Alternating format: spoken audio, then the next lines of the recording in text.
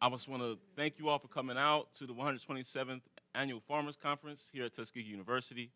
Um, we have a special treat for you all this morning. I know it's early, and for those of you who are presenting, don't worry. We're magical with time here at Tuskegee, so we'll make sure we fit you all in. But we're going to start off with a panel on the Farm Bill, which is going to be moderated by Mr. Jerry Pennick, who is the agriculture and rural policy expert with the Carver Integrative Sustainability Center. Please give Mr. Pennick a round of applause. Good morning, everyone. We're going to have two panelists for the Farm Bill, and we're going to have they're going to make a presentation, and then we're going to have some time for questions and answers. But before we do that, we're going to get some housekeeping out of the way. We want all the government people to stand up. All right. Give everybody a hand. All right. You've been officially recognized. All right. So we're going to move on. We're not going to go one at a time. As you know, the Farm Bill is supposedly a five-year document, one of the largest budgets in the country, next to Department of Defense and I guess Homeland Security. It's a lot of money. But we want to make sure that we get some of that money. But in order to get the money, you got to understand what's in the Farm Bill. And you have to understand what you can qualify for. But you also have to have some influence in the whole Farm Bill process, especially the small farmers. Over the years, the small farmers have been left really fighting for crumbs. But eventually, we're getting a little more and a little more each year. But sometimes it seems like we do one step forward and two steps backwards, or two steps forward and one step backwards. Anyway, we're not progressing like we should. But that takes organizing and understanding the process.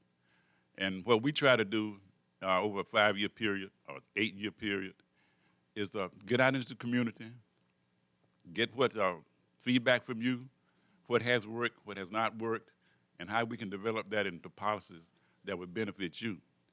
So Tuskegee University, the Federation of Southern Cooperatives, and many other organizations have gathered information from you all over the past 5-6 years and we came up with policies that we thought would benefit small farmers, farmers of color, veteran farmers, socially disadvantaged farmers. We got all kind of names for us, but this small farmers particularly. So we're going to talk some about what we got into the Farm Bill that would benefit you and how you can access those things. We passed out a document. Hopefully everyone has one. That's just some of the things that would benefit small farmers in a glance. If you need more information, you can contact Tuskegee University, the Federation of Southern Cooperatives, and some of the other community-based organizations to get more information. But finally, I just want to say that in order to benefit, you really have to have input. You have to know about the Farm Bill. You have to know about the process. You have to know what your needs are. And you have to talk to your representatives, that your voice be heard. And we don't have enough of that from small farmers. The big farmers have already started on the next Farm Bill. And we're still trying to deal with this Farm Bill. So it's a process that you have to be involved in almost daily.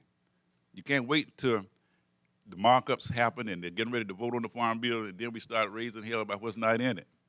And we didn't have any input in it in the process. So hopefully this will be the start of us getting ready for the next Farm Bill.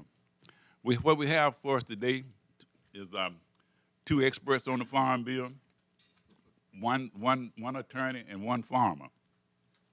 I'm going to introduce both of them, and you'll know which one is which after I introduce them. We have Attorney Monica Range with the Federation of Southern Cooperatives. She grew up in the Federation of Southern Cooperatives. As a matter of fact, she was the intern for me when I was with the Federation of Southern Cooperatives. That was during the time when I had an afro and all of my hair was black. But now she's taken my place at the Federation of Southern Cooperatives. And now next we have Ben Burkett. He's with the Mississippi Association of Cooperatives.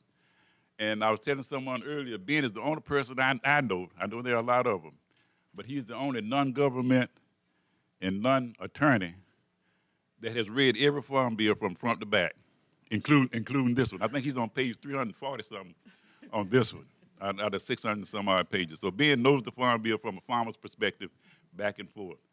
So Monica's going to make a presentation first, then Ben, and then we're going to open up for questions and answers.